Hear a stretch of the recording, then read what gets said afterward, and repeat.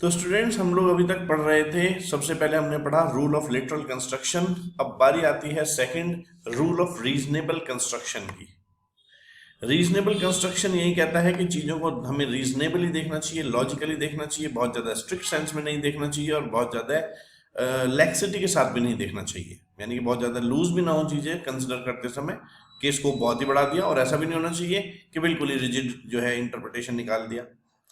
इस रूल के अनुसार जो वर्ड होते हैं स्टैट्यूट में, उन्हें हमें एक सेंसिबल मीनिंग के साथ इंटरप्रेट करना चाहिए, यानी कि लॉजिकली, थोड़ा जो सामान्य ज्ञान का व्यक्ति जिस तरह से चीजों को इंटरप्रेट करता है। तो इस रूल के हिसाब से जो वर्ड है स्टैट्यूट का, उसे कंस्ट्रक्ट करना चाहिए हमें अर्ट रेस मैगिस वैलिएट क्वैम प्रिएट, जिसका मतलब होता है कि स्टैट्यूट को सेंसिबल मीनिंग में अर्थ निकालें। इसीलिए जब हम इंटरप्रेट करें लॉ को, तो कई बार चीजों के एक से ज्यादा अर्थ संभव होते हैं। कुछ चीजें तो बिल्कुल ही एब्सोल्युटली वेग हो जाती हैं, मीनिंगलेस हो जाती हैं, और कुछ और चीजें होती हैं जिनमें थोड़ी सर्टेनिटी है और थोड़ा सा लॉजिकल और मीनिंगफुल इंटरप्रिटेशन है। ऐसे केस में ये जो लॉजिकल और मीनिंगफुल बाद वाला इंटरप्रिटेशन है, यही फॉलो किया जाना चाहिए। उदाहरण के रूप में यदि हम देखें तो एक केस था doctor A.L. Mudaliar versus LIC of India का, जिसमें यह कहा गया था कि मेमोरेंडम ऑफ एसोसिएशन को हमेशा फेयरली रीड करना चाहिए और हमेशा एक रीजनेबल इंटरप्रिटेशन उसे देना चाहिए जो लैंग्वेज उसमें लिखी है, ये जांचने के लिए कि कोई ट्रांजैक्शन अल्ट्रा वायरस है या इंट्रा वायरस है। कंपनी के ऑब्जेक्ट क्लॉज के जो ऑब्जेक्ट क्लॉज है उसे रीजनेबली कंस्ट्रू करना चाहिए, ना तो बहुत ज्यादा रिजिडिटी के साथ और ना बहुत ज्यादा लैक्सिटी के साथ। जैसे एग्जाम्पल के तौर पर हम लोग एक एग्जाम्पल जो है लेके चलते हैं, जिसमें हमने देखा है कि एक जो है कंपनी बनती है और उसके ऑब्जेक्ट क्लॉज में लिखा है कि हम लोग मैन्युफैक्चर करेंगे नाइट्रोजन फर्टिलाइजर्स। तो सीधी सी बात है कि जो नाइट्रोजन फर्टिलाइजर बनाने का काम है या इस काम को और सपोर्ट करने वाले काम है, वो सब इंट्रावायरस है और बाकी सब अल्ट्रावायरस है। तो यदि कंपनी खुद नाइट्रोजन प्रोड्यूस करने लगे नाइट्रोजन फर्टिलाइजर में मैन्युफैक्चरिंग में यूज करने के लिए, तो ये काम इंट्रावायरस ही माना जाएगा, क्योंकि हर वो काम जो इंसिडेंटल है और बढ़ाने के लिए मेन ऑब्जेक्ट को जरूरी है, वो सब इंट्रावायरस की कैटेगरी में ही आएगा। लेकिन यदि कुछ नाइट्रोजन एक्सेस बन जाती है और उसे बेच देते हैं, तो वो भी इंट्रावायरस ही होगी, क्योंकि नाइट्रोजन बनाने का मेन उद्देश्य नाइट्रोजन फर्टिलाइजर में यूज करने का है, ना कि बेचने का। पर जो बच गई उसे वेस्ट भी नहीं कर सकते, इसीलिए यहां पर हम रीजनेबली इंटरप्रेट करते हुए यदि एक्सेस नाइट्रोजन बेच रहे हैं, तो ऐसे केस में वो रीजनेबल कंस्ट्रक्शन कहता है कि ये काम इंट्रावायरस ही माना जाएगा। यानी कि यहां पर हमने जो देखा कि ऑब्जेक्ट क्लॉज को इंटरप्रेट किया, वो रीजनेबल कंस्ट्रक्शन के साथ किया।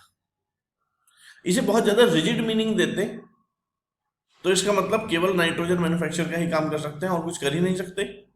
लेकिन नाइट्रोजन मैन्युफैक्चर को सपोर्ट करने के लिए जो चीजें जरूरी हैं वो हम कर सकते हैं, उसमें चाहे हमें कुछ एक्सेस रेवेन्यू किसी और कारण से ही क्यों ना हो जाए, वो भी इंट्रावायरस की कैटेगरी में आ जाएगा। लेकिन बहुत ज्यादा लैक्सिटी भी नहीं दे सकते। यानी कि ध्यान ये रखना है कि यदि हमारी रेवेन्यू पता चला कि नाइट्रोजन बेचने से ज्यादा होने लगी नाइट्रोजन फर्टिलाइजर बेचने के मुकाबले, तो फिर ऐसे केस में तो इसका मतलब हमारा मेन उद्देश्य नाइट्रोजन बनाना हो गया, ना कि नाइट्रोजन फर्टिलाइजर बनाना। तो फिर ऐसे केस में यदि कंपनी ऐसा कर रही है, तो हम रीजनेबली इंटरप्रेट कर नाइट्रोजन की जो एक्सेस मैन्युफैक्चर है उसे हम अल्ट्रावायरस की कैटेगरी में पुट कर देंगे। तो इसीलिए जब इंटरप्रिटेशन करें तो रीजनेबली इंटरप्रेट करें और सिचुएशन के अनुसार इंटरप्रेट करें। कभी कभी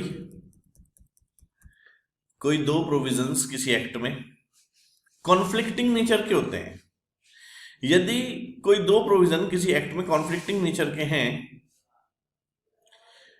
तो समझना ही चाहिए कि हमें उनके कॉन्फ्लिक्ट को दूर करना है, उनके बीच में भाईचारा पैदा करना है। हार्मोनियस का मतलब ही होता है भाईचारे के साथ। तो ऐसा कंस्ट्रक्शन जो कि दो कॉन्फ्लिक्टिंग प्रोविजंस को एक साथ पढ़कर एज अ होल लॉ को इफेक्टिव दे कहलाता है हार्मोनियस कंस्ट्रक्शन। क्योंकि लॉ लिखने वाले की इंटेंशन पूरे लॉ में एक ही रहती है, कभी हम ये आशा नहीं कर सकते कि उसने कोई प्रोविजन कोई चीज प्रदान करने के लिए दिया है तो दूसरा प्रोविजन वही चीज छीन लेने के लिए दिया है, क्योंकि लॉ मेकर कभी भी एक हाथ से कोई चीज देकर दूसरे हाथ से उसे छीन नहीं सकता है, क्योंकि उसकी इंटेंशन पूरे लॉ में एक ही और कॉमन रहती है। इसीलिए ऐसा कोई भी कंस्ट्रक्शन जो एक प्रोविजन को अप्लाई और दूसरे को जो है रिस्ट्रिक्ट कर दे, ऐसा प्रोविजन किसी भी प्रकार से, ऐसा कंस्ट्रक्शन किसी भी प्रकार से हार्मोनियस नहीं हो सकता। इसीलिए यदि एक प्रोविजन को इफेक्टिव और दूसरे को डेड लेटर में कन्वर्ट कर दिया जाए तो लॉ की जो इंटेंशन है वो इंटेंशन ही समाप्त हो जाएगी। इसीलिए कंस्ट्रक्शन हमेशा हार्मोनियस नेचर का होना चाहिए जिसमें दोनों प्रोविजंस को इफेक्टिव दिया जा सके। यहां पर यदि हम इस चीज को पढ़ें तो लिखा है where there are an enactment two or more provisions which cannot be reconciled with each other, they should be interpreted wherever possible as to give effect to all of them. This is what known as rule of harmonious construction. An effort should be made to interpret a statute in such a way as with the object of the statute. It must always be borne in mind that statute is passed as a whole and not in sections, and it may well be assumed to be animated by one general purpose and one intent. The court's duty is to give effect to all the parts of the statutes if possible. Therefore, the importance should be attached to single clause in one section overlooking the provisions of another section. It is impossible to avoid inconsistency. The provision which was enacted amended later in point of time must prevail. कई बार harmonise करना संभव नहीं रहता।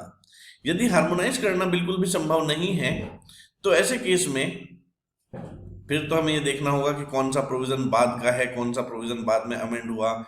तो ऐसे case में यदि कोई प्रोविजन बाद में अमेंड हुआ तो फिर इनकंसिस्टेंसी को दूर करने के लिए एक को तो हमें मानना ही पड़ेगा, तो हम ये मानेंगे जो बाद में अमेंड हुआ वही ऐसे केस में प्रीवेल करेगा।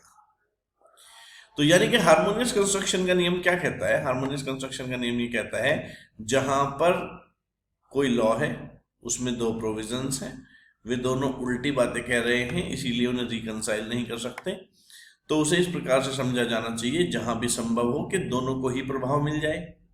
और इस प्रकार से जब हम इंटरप्रिटेशन करते हैं तो इसे रूल ऑफ हार्मोनियस कंस्ट्रक्शन कहते हैं।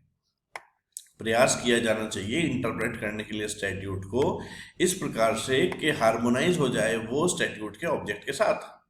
ध्यान में हमेशा ये रखना चाहिए कि जो लॉ पास होता है वो लॉ एज अ होल पास होता है, कभी ऐसा नहीं कि एक सेक्शन पास हुआ दूसरा नहीं। हम ये मानते हैं कि पूरे लॉ का एक ही जनरल पर्पस होता है, पूरे लॉ का एक ही इंटेंशन होता है। तो कोर्ट की भी तो यही ड्यूटी बनती है कि वो स्टैट्यूट के सभी पार्ट, सभी प्रोविजंस को इफेक्टिव दे।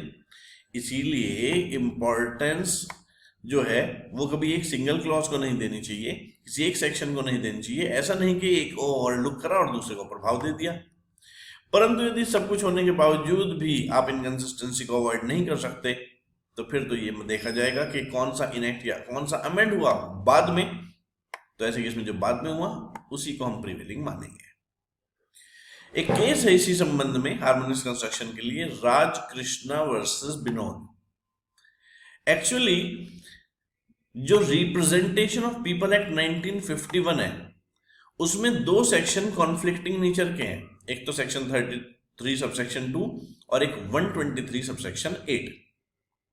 सेक्शन 33 सबसेक्शन 2 में तो ये लिखा है कि जो गवर्नमेंट सर्वेंट है वो किसी व्यक्ति का नॉमिनेशन इलेक्शन में खड़े होने के लिए दे सकता है। जो सेक्शन 33 सबसेक्शन 2 है वो तो ये कहता है कि गवर्नमेंट सर्वेंट भी किसी कैंडिडेट जो कि इलेक्शन में खड़ा होना चाहता है उसका नाम सुझा सकता है। ये हम रिप्रेजेंटेशन ऑफ पीपल एक्ट 1951 पढ़ रहे हैं।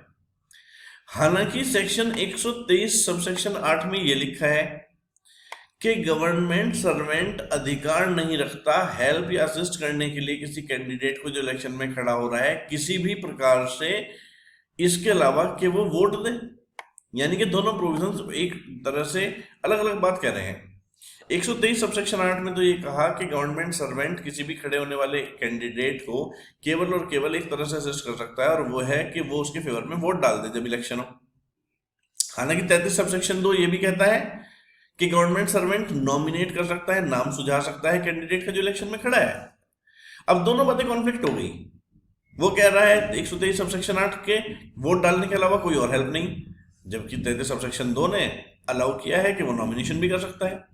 अब दो कॉन्फ्लिक्टिंग प्रोविजंस की जब बात आई तो सुप्रीम कोर्ट ने कहा कि दोनों प्रोविजंस को ही हमें हार्मोनियसली इंटरप्रेट करना पड़ेगा, और फैसला ये सुनाया कि गवर्नमेंट सर्वेंट एंटाइटल्ड है नॉमिनेट करने के लिए किसी कैंडिडेट को जो इलेक्शन में खड़ा होना चाहता है, और इसे हम हार्मोनियसली तभी अचीव कर पाएंगे जब 123 को भी इसके साथ मिलाकर पढ़ें। यानी कि प्रदान कर दें पावर गवर्नमेंट सर्वेंट को वोटिंग की भी, और साथ में उसके प्रपोजिंग और सेकेंडमेंट की भी। इसके अलावा लेकिन और कोई असिस्टेंस यहां पर कैंडिडेट को नहीं मिल सकती गवर्नमेंट सर्वेंट से किसी भी प्रकार से। यानी कि कुल मिलाकर जो बात कही गई वो कही गई कि नॉमिनेशन कर सकता है उसका, उसके फेवर में वोट डाल सकता है, इसके अलावा और कोई हेल्प नहीं कर सकता। तो दोनों प्रोविजंस को इफेक्ट मिल गया और हार्मोनियसली कंस्ट्रक्ट हो गया। तीसरा जो नियम हम पढ़ने जा रहे हैं इसे हम बेनिफिशियल कंस्ट्रक्शन या हेडन्स रूल कहते हैं। ये बेनिफिशियल कंस्ट्रक्शन का मतलब होता है कि कई बार जब लॉ पास हुआ तो ऐसे केस में जिस उद्देश्य से पास हुआ वो उस उद्देश्य को पूरा नहीं कर पाया, क्योंकि शब्द को लिटरल मीनिंग दिया गया।